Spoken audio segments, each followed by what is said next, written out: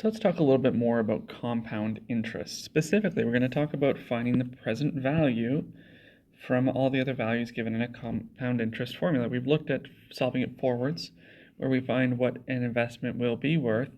Today we're going to be talking about, well, how much do you have to invest for it to be worth a certain amount in the future?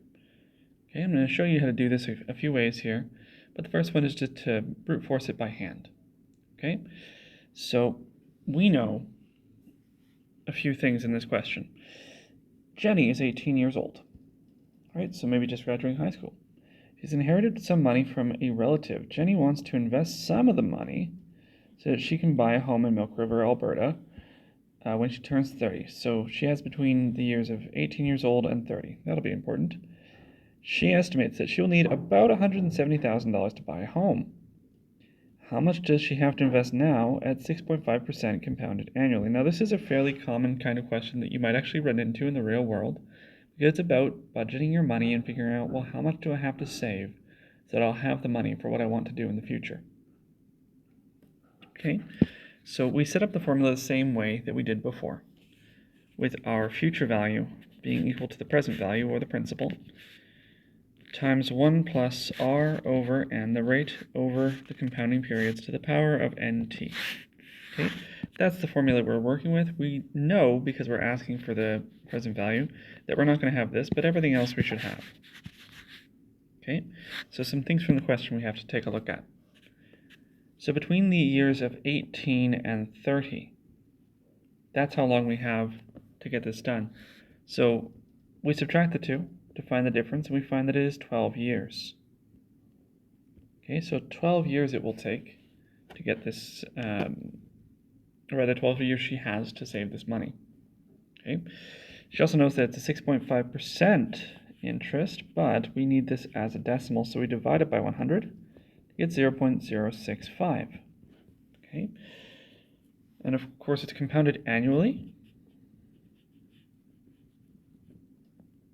which means we have one compounding period per year, C per Y. Okay, so that should be all the information we need. So let's rewrite this equation with all the information that we actually have. So the future value we know is going to be $170,000, right? Because that's how much money she needs to save. That's how much it must be worth in the future. It'll be equal to our present value, because we don't know it yet. And then we have 1 plus r over n, so r is 0.065, n is 1, to the power of nt, so n is 1, and then t is 12, so 1 times 12 is 12, so to the power of 12. So we'll do some of this math just to make it a little bit easier for us. So still 170,000 over here, we haven't done anything with that yet, equals the present value.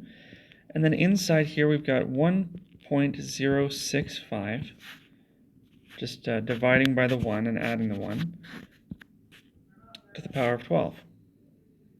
Okay, so one more step we can take before we have to start doing things a little bit differently than we have before.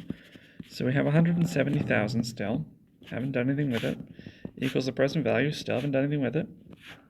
And then we have 1.065 to the power of 12. Okay, so that's going to be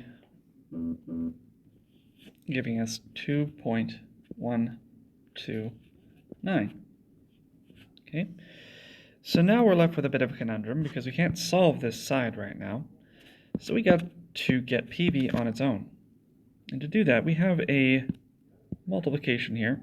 So we have times 2.129. So to get rid of a times, we have to do the opposite, which is divide. So 2.129 divided by 2.129 gives us 1, so we can cancel it. Okay, but math is fair, so we do the same thing to the other side, 2.129. Okay, so we have 170,000 divided by 2.129.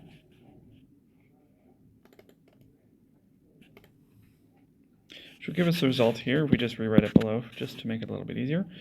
PV equals $79,846.09. Okay, so she would need to save right now $79,846.09. quite a bit, but 12 years isn't that long when you're talking about investments. Okay, so that's how to do it the brute force way. That's how to, calculate this whole thing. And for a question like this, that's okay. But once we start talking about things like, how much time was it actually invested for? How many compounding periods were there actually? You start talking about, doing like natural logarithms. You start talking about doing long pages of equations that will take forever. So instead, we use a little tool called a TVM Solver. Okay, there are a lot of TVM solvers out there. I'm going to show you one that runs through your browser, so if you have internet, you can use it that way. And if you're watching this video, I'm assuming you have internet. They are available as apps, so if you've got a phone, you can download it on there as well. Any financial math app will usually have this tool. There's plenty of different ways to find it, so if you're having trouble finding one, you can always just, let me know, and I can point you towards one.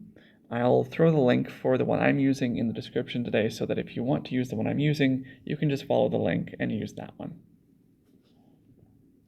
Okay, so this is the TVM solver I usually use. You can find it just by Googling TVM solver. It's on the GeoGebra site, and it is a wonderful little tool. And I'm going to show you how it differs from doing it by hand and what the advantage is. So first we'll just go through all of these letters here and what they mean. So N here is the total number of times that your investment is compounded.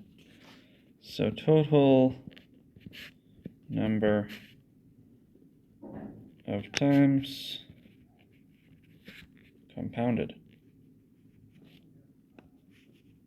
Okay.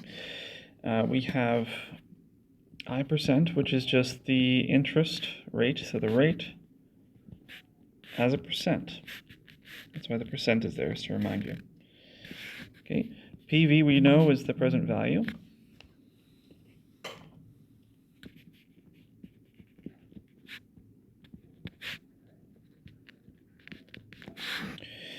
PMT, we won't use that today, but we will be using it in the future. It is the payment.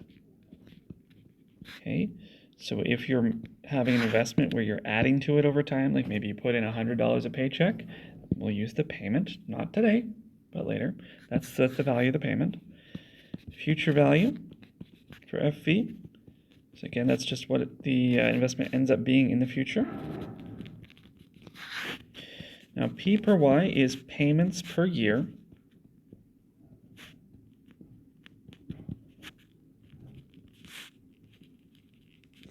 Right, so that's how many times you pay into this per year. And then C per Y is compounding periods per year.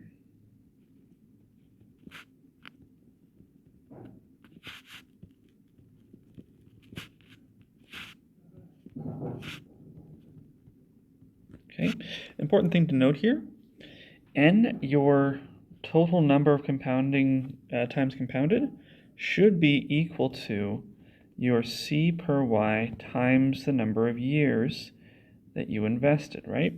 Because this is how many times in a year you had a compounding period, times the number of years gives you the total number of compounding periods you've got, okay? For the question we're going to do, we're using annual, so this is really simple. But just in case you need to derive that number, because this is usually the one that we have to derive when we're doing this kind of formula. Okay? So that's the outline of what we're going to do. Now we're going to actually do our question from earlier in this format. Okay? So I'm just going to be pulling the same details from the question there, and starting from the top here. So N. So N equals, we've got a number of compounding periods. We've got 12 compounding periods. Since our N is our compounding periods per year times our years, we know that compounding periods per year is 1 compounding period per year, because we defined that earlier, times the number of years is 12, equals 12. So N is 12. Our I%, just from the question, is 6.5%. Again, this is as a percent, not as a decimal. Okay. Our present value, don't know, so I just stick a question mark here, so there's no ambiguity. We know that we don't know that. Payment, since we don't have one, we just leave it at 0. Future value, we know that it wants to be 170,000. Okay. Payments per year, we don't have any, but we're just going to leave it as 1. Since it's got 0 payment anyway, it doesn't matter. Okay. And compounding periods per year, it's annual, so it's 1. Okay.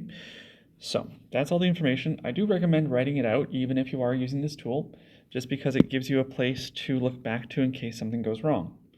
Okay, so let's take a look here. I'm just going to enter it on the side here. It's going to look a little weird because I'm using a tablet, so the keyboard's going to come up and it's going to start blocking stuff. And I'm going to enter as 12. I'm going to enter as 6.5. Present value, don't know it, leaving it as 0 for now.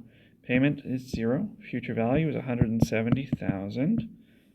Payments per year, we're going to leave it as 1. Whoops. Not sure what happened there. Oh, I see.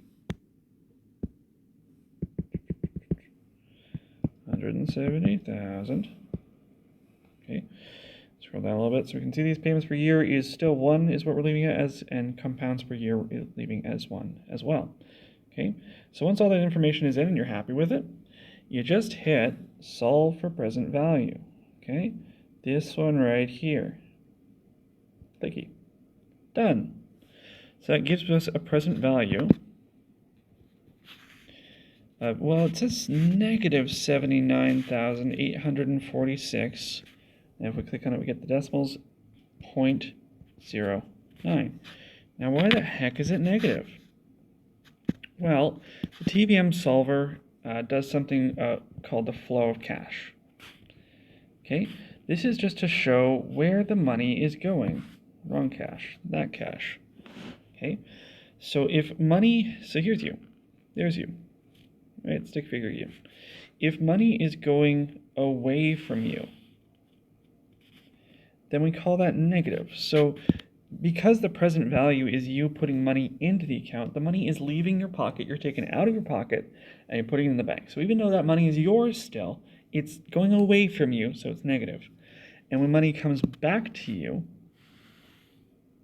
it becomes positive. Okay? Negative when it leaves your pocket, positive when it comes back into your pocket. So this future value is positive because that's when the investment comes back and you now have money. Okay? So if you're denoting cash flowing away from you, it's negative. Cash towards you is positive. Okay? So that's an example of how to use it, but let's use it in one more example that would be pretty much impossible without doing it with the solver, at least for us right now. Okay, so let's take a look at this question. So let's say Laura has invested $15,500 in an RESP. So that's a Registered Education Savings Plan. It's usually what you put money away for when you have a kid and you want them to have money to go to university. So she wants her investment to grow to at least $50,000. What she wants to know is how long will this take at an interest rate of 6.72% compounded semi-annually? So this is a pretty good example of a question that you might need to do in the future because you know how much money you have in your pocket. That should be known to you. You know what your goal is. The bank will tell you what the interest rate is and how it compounds, but you need to be able to figure out, well, how long do I need to leave it in there to expect the value that I need? Okay, how long is that going to take? So let's do the solve here. So first up we have n. Okay, I like to leave n for the end just because it's calculated off of other things. So we're going to leave it for now. The I%, we have the interest rate of 6.72. We have a present value of 15,500. Right, this is how much money we have. Now remember, this is an investment. You're putting it in. So that means that we're going to have this be negative since it's going away from you. Okay. Our payment, we're not making payments this round. Again, we'll look at that later, so that'll be 0. Our future value, we know we want it to be $50,000, so 50,000. Then we have our payments per year. Again, we're leaving it as 1, despite not having payments, and compounding periods per year. We have semi-annual. So if something happens semi-annually, it happens twice a year, right? I like to think of it as like a circle is split into 2 semicircles. 1 and 2, so that it happens twice per year. Okay, and finally back to n, we know that it's the compounding periods per year times the years.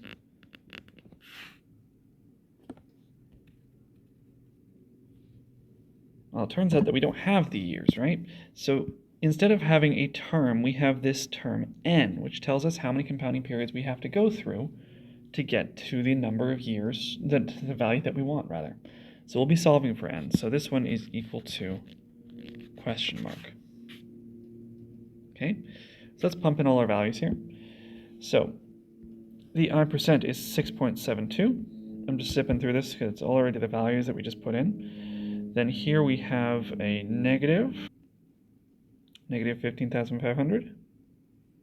Okay, I just had to copy that from a different slide because it won't let me type a negative here for some reason. It should on a regular computer. Payment is 0, as we've seen here. Future value is 50,000. Compounding periods per year is 2. Okay, so we've got everything plugged in except our n. So we solve for our n. So again, we just hit that little button right there, clicky, and we get 17.72. Okay, so n equals 17.72. Now that ain't in years yet, that's compounding periods, right? So in that case, we must find the years. So all we do is we just take the compounding periods, so 17.72, and we just divide them by the number of periods per year. Okay, so we take that and we divide that by 2. So that'll equal 8.86 years. Now, investments don't work like this. They don't, just immediately give you money at the 0.86 years mark, which means that our answer actually must be rounded up to meet that goal. In this case, up to the nearest half year since it's compounded twice. So we have, instead, as our answer, it should take 9 years.